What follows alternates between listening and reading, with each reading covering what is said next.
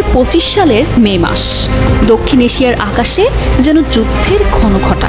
নরেন্দ্র মোদীর খুব ইচ্ছে হলো বাঘের লেজ দিয়ে কান চুলকাতে। পাকিস্তানের ওপর অপারেশন সিন্দুর নাম দিয়ে নারী নেতৃত্বকে পাঠালেন রাফালের মতো ফাইটার জেট দিয়ে। উদ্দেশ্য পাকিস্তানের কপালে সিঁদুরের লাল হলকা এঁকে দেয়া। কিন্তু বিধি বাম। শিকার করতে গিয়ে শিকারী পরিণত হলো শিকারে। এক রাতে অন্তত 2টি রাফাল সহ মোট 5টি ফাইটার জেট হারালো ভারত।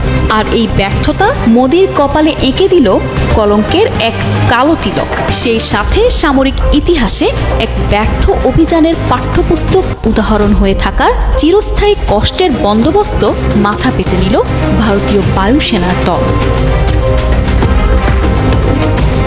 ভারতের অপারেশন সিন্দুর দিয়ে শুরু হওয়া সামরিক অভিযান এখন ভয়াবহ এক বিপর্যয়ে পরিণত হচ্ছে খোদ মোদীর ভারতের জন্যই।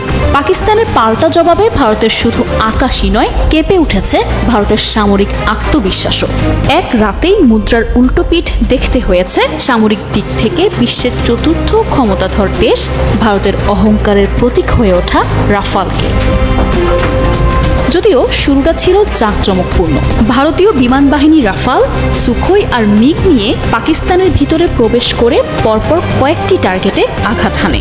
ভারতীয় মিডিয়ায় তখন বিজয় উল্লাস, কিন্তু আনন্দের স্থায়িত্ব ছিল মাত্র কিছুক্ষণের। পাকিস্তানের প্রতিরক্ষা ব্যবস্থা এতটাই শক্তিশালী ছিল যে কয়েকদিনের মধ্যেই যুদ্ধের গতি ঘুরে দাঁড়ায় এবং এবার আঘাত আসে আরও তীক্ষ্ণভাবে। ভারতের যুদ্ধ বিমান বিধ্বস্ত হওয়ার বিষয়ে পাকিস্তানের সামরিক বাহিনী দাবি করেছে 6 ও 7 মে রাতে ভারতের অপারেশন সিন্দুরের প্রতিক্রিয়ায় তারা 5টি ভারতীয় যুদ্ধ বিমান গুলি করে ভূপাতিত করেছে, যার মধ্যে রয়েছে 3টি ফরাসি নির্মিত রাফাল, রাশিয়ার তৈরি একটি MiG-29 এবং একটি Su-30। যদিও ভারত সরকার পাকিস্তানের এই দাবি সম্পূর্ণ অস্বীকার করেছে। তাদের দাবি পাকিস্তানের পক্ষ থেকে প্রচারিত রাফাল বিধ্বস্ত হওয়ার ছবি পুরনো এবং বর্তমান সংঘর্ষের সাথে সম্পর্কিত নয়। পাকিস্তান দীর্ঘদিন ধরে তার বিমান প্রতিরক্ষা ব্যবস্থায় আধুনিকায়ন করেছে। বিশেষ করে চীন থেকে আনা F-17 ব্লক 3 যুদ্ধবিমান এবং HQ-9B মিসাইল ডিফেন্স সিস্টেম তাদের প্রতিরক্ষাকে আরও শক্তিশালী করেছে।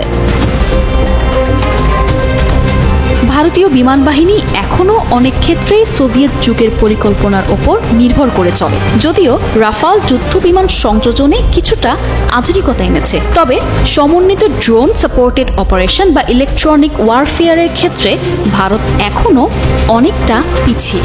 পাকিস্তান যুদ্ধক্ষেত্রে সফলভাবে ড্রোন ও সাইবার হামলা একত্রে ব্যবহার করেছে, যা ভারতের জন্য বড় চ্যালেঞ্জ হয়ে দাঁড়ায়। ভারতের জোরালো সামরিক পদক্ষেপ আন্তর্জাতিকভাবে সমর্থন পায়নি। পাকিস্তান তাদের পাল্টা হামলাগুলোকে আত্মরক্ষা হিসেবে তুলে ধরেছে এবং মুসলিম বিশ্ব সহ বেশ কয়েকটি শক্তিধর রাষ্ট্র তাদের পাশে দাঁড়িয়েছে। আর এদিকে আন্তর্জাতিক চাপের ফলে ভারতের বিমান বাহিনী অনেক ক্ষেত্রে পূর্ণ ক্ষমতায় আক্রমণ চালাতে পারছে না। বিশেষজ্ঞদের মতে পাকিস্তানের অভ্যন্তরে সঠিক গোয়েন্দা তথ্য না থাকায় ভারতের বিমান বাহিনীর কিছু হামলা লক্ষ্যভ্রষ্ট হয়। এতে শুধু ব্যর্থতা নয়, আন্তর্জাতিক সমালোচনাও আসে, বিশেষ করে বেসামরিক এলাকা ক্ষতিগ্রস্ত হওয়ায়। যুদ্ধকালীন সময়ে পরপর বিমান হারানো যে কোনো বাহিনীর মনোবল ভেঙে দিতে পারে।